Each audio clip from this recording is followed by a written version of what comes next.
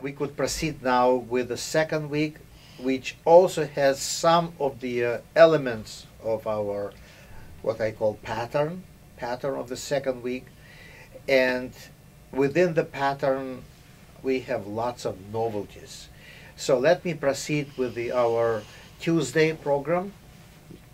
And the Tuesday program is within the pattern, which we call From the Old Times.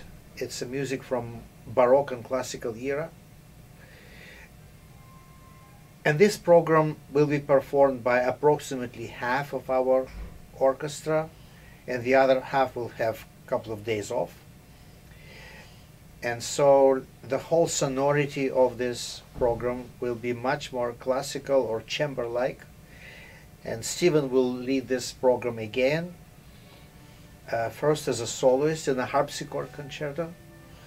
Oh, I love that A major concerto. Is that the one which is done by English horn, right? Sometimes. Yes, many of... Or oboe d'amore. Oboe d'amore. Yeah.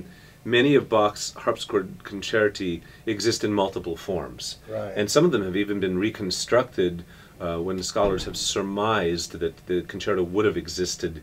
You know, for instance, the E major violin concerto exists as a D major harpsichord concerto. Yes, in this case, this A major harpsichord concerto doesn't change keys from one version to the other.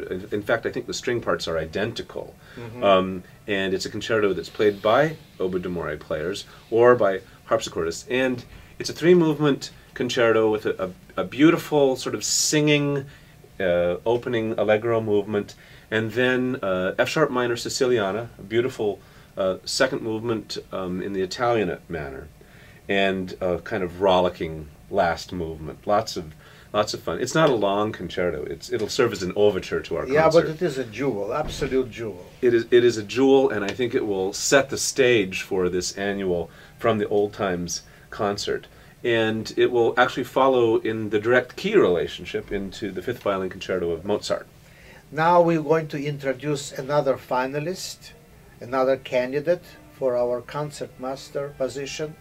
And this time it is an assistant concertmaster of the Baltimore Symphony, whose name is Igor Yusufovich. He is Russian Jewish origin, but he came to the United States in a very early age, so he was educated in Maryland and Peabody Conservatory, and now he's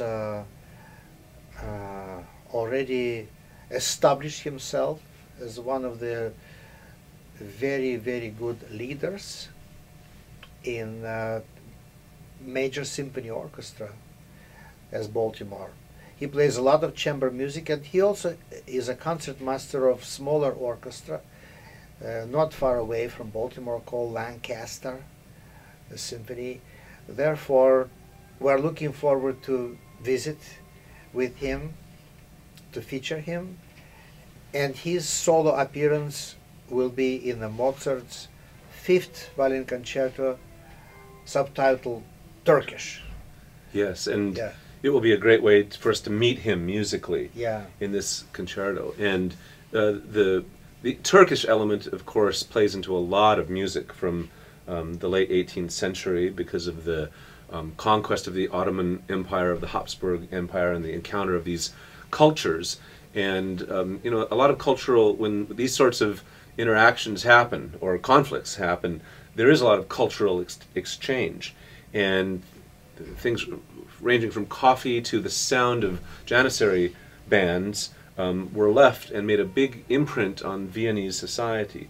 And it was actually quite fashionable. Mozart wrote his opera, The Abduction from the Seraglio, and had other piano pieces and the like that related to Turkish music. In the piano sonata in A major. Same key. Same key. So this concerto ends with a rondeau that has a Turkish theme that keeps coming back, and thus the title. But even without that, it's a wonderful vehicle and just a perfect concerto. So it'll be a great pleasure to have it done there again. And in the second half, we will introduce yet another soloist, and that soloist is a returnee, our guest. His name is Jason Vigneault. He's a guitar player. He already performed with us twice.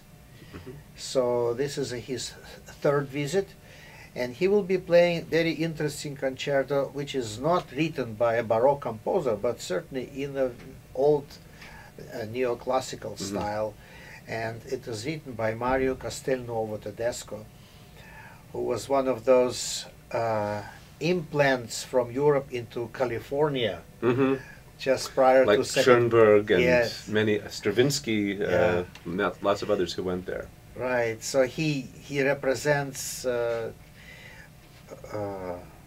this cultural elite of California, as well as he represents Italy. So Jason will play his concerto. It's going to be probably first time ever performed in Door County. Yes, but it's interesting because it is a work that could have been performed probably in any year of the festival's existence, because it's a small orchestra. Right. In fact, it's single winds and very delicately scored. The guitar is not a loud instrument.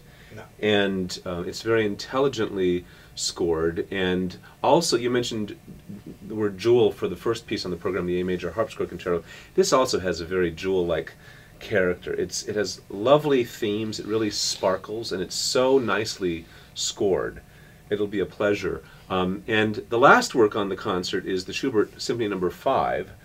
So we have two No. 5s, the Fifth Concerto and the Fifth Symphony of Schubert, and it's in the key of B flat. And we care deeply about these issues of key relationship, but I think we get there kind of elegantly on this concert, because the first half's in A major, and then we move to D major for the Castelnuovo Tedesco, Opus 99, and then it's not such a bad shift into B flat. From D major you are allowed to move to B flat. And many have.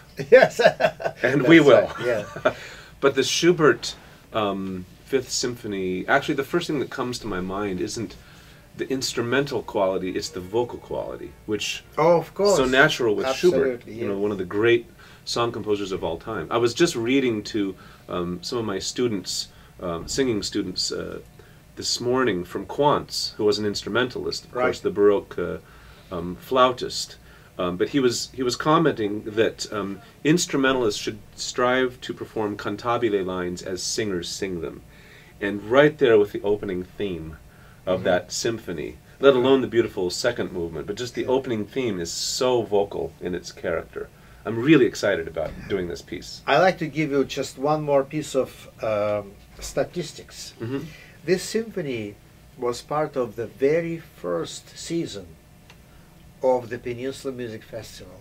So you will be performing it in the 59th season. Wow. Was that done by Thor Johnson? That's right. Yeah, it was. Well, that makes me feel special. Yes. Even more so that I wasn't born yet. All right. I can still say that. Well, that's true. But it's just, I found it so funny that with years mounting up with us, we have more and more memories from the past. And some of the memories are sort of collect themselves in the big numbers. Yes. Like 59 years of Schubert 5. That's a really wonderful thing, and with the 60th milestone coming up next season, it is a time for reflection. Absolutely. I agree with you. Absolutely.